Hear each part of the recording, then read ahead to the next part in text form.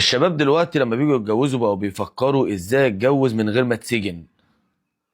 ازاي لو حصل مشكلة ما تسجنش. تعال اقول لك ازاي تعيش مرتاح ولا متهدد، ولا هي تهددك ولا انت تهددها. اولا، تكتب في قسيمة الجواز المهر الحقيقي، ما تكتبش جنيه.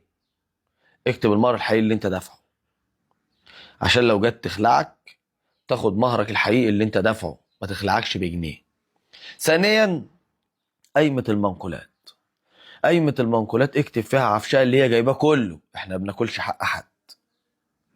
لو جت اشتكتك وعايزة عفشها بتديها العفش اللي في القايمة كله، تمام، بتاعها اللي هي شارياه، انت مش هتاكلها. بالنسبة للذهب، الذهب ده مهر وانت ثابته في القسيمة، مش هينفع تثبته في القسيمة جرامات، ولكن هينفع تثبته مبلغ مالي. لو حطيته في القايمة اكتب قصاده ان ده المهر اللي هو موجود فين؟ في القسيمة اللي مدفوع اصلا، مدفوع فلوس. وصلت يا ابطال؟ وربنا يهدي سركم جميعا. سلام عليكم.